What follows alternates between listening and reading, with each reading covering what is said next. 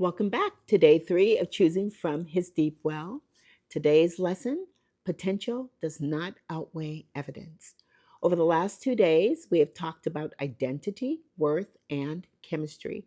Today, I want to talk about something that has the power to protect your heart or quietly dismantle your hope, and that is potential. Before we begin, I want to be honest with you. This lesson was not born out of a textbook or my years as a biblical counselor or a life coach. It was born out of my own life. And if I'm honest, this has probably been one of the greatest stumbling blocks in my own romantic relationships.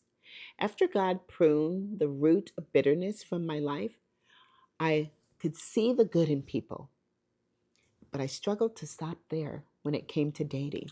I saw the potential. I saw what someone could become. I saw their gifts, their kindness, intelligence, faith, and I saw possibility. And because I now work in a field where I tend to bring out the best in people, or at least I want to, I found myself filling in the gaps. And that carried forward into my relationship in a powerful way that was not good. I began a pattern of not dating the person in front of me, but who they could become. And ladies, hear me. That is not wise. We are not the Holy Spirit. Over time, the Lord has lovingly shown me that while faith believes that God can transform anyone, wisdom responds to the person consistently revealed through their choices. That has been difficult for me, and it has cost me, but God. And perhaps that's why I wanted to share this with you. Because if you are a woman who naturally encourages others, who sees the image of God in people, who believes that redemption is possible and second chances are good, this is especially important for you. Potential is beautiful. God created it. But potential should not outweigh the evidence. If I have noticed something over the years, both in my own life and in counseling women, we fall in love with possibilities. We see kindness and we imagine consistency. We see chemistry and imagine compatibility. We see a profession of faith and assume spiritual maturity. We see a dream and imagine discipline to get the dream to a reality. We see someone's intentions and mistake them for character, but potential does not outweigh evidence. One of the greatest mistakes we can make is believing we are dating or marrying someone's future self instead of their present. Sisters, people do grow, people mature, people heal, and people change. But healthy relationships are not built on who someone might become someday. They are built on who someone consistently demonstrates themselves to be today.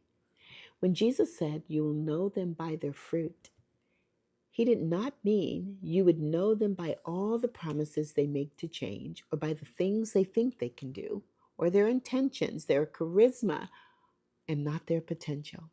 He said you would know them by their fruit. And what do we know about fruit? Fruit takes time. Fruit is observable. And fruit is what we see consistently in someone's life because it's the work of the Holy Spirit.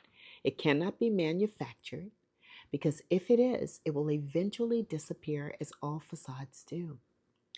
I think one of the reasons so many women find themselves disappointed is because we are natural nurturers and encouragers. We see gifts, we see possibilities, we see the image of God in people, and these are beautiful qualities, but we are not to chase them as the foundation for relationships. We cannot ignore the evidence, and we cannot use the story we're writing in our head when the evidence doesn't support it. I've had women say, "My love will change him. He just needs somebody to believe in him. He has so much potential." Maybe. But when you see a pattern, you should pay attention. You could be stepping into a marriage or a long-term relationship that will only end in disappointment. Potential is not the promise of growth or character. Potential is not the promise of a future that you want to live. Character speaks to the evidence.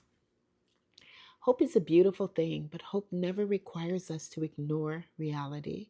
It is one of the greatest gifts God has given us, and we should use our discernment. Our discernment will ask questions like, what patterns have I consistently observed?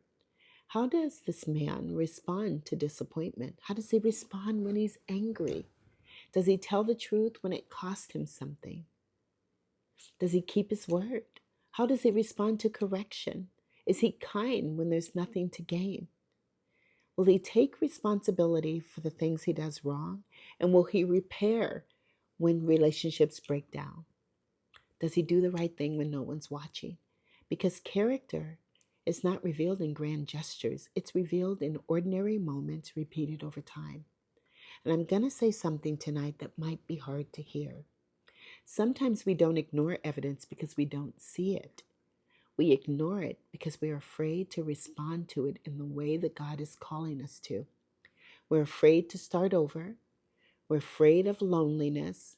We're afraid of feeling foolish, afraid that this may be our last opportunity for love.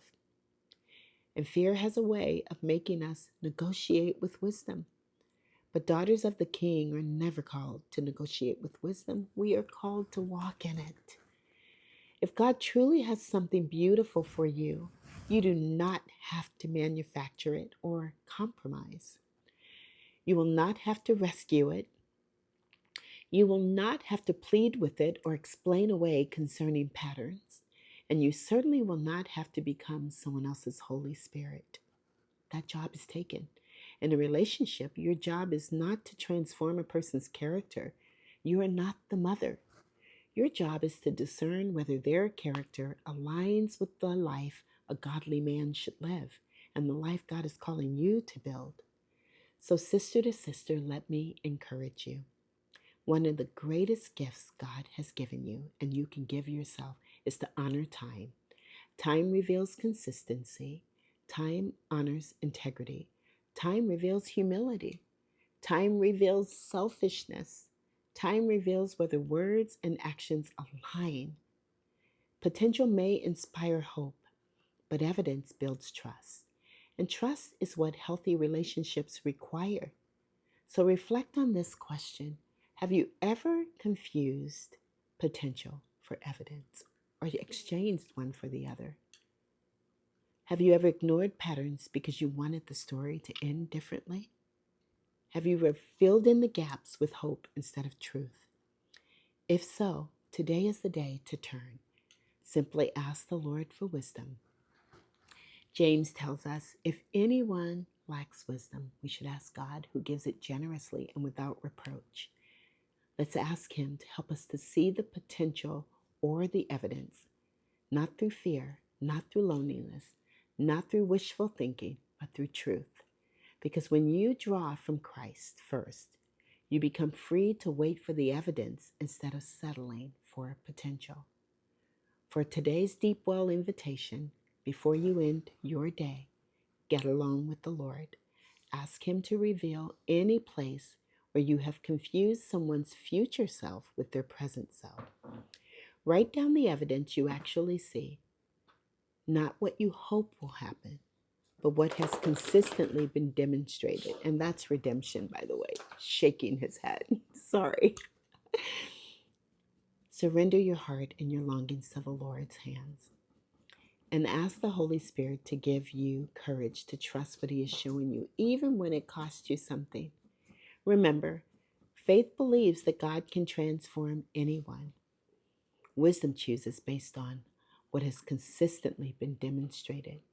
Tomorrow, we'll explore another lesson God taught me about choosing wisely. Emotional safety matters. Until then, keep choosing from His deep well. I'll see you tomorrow.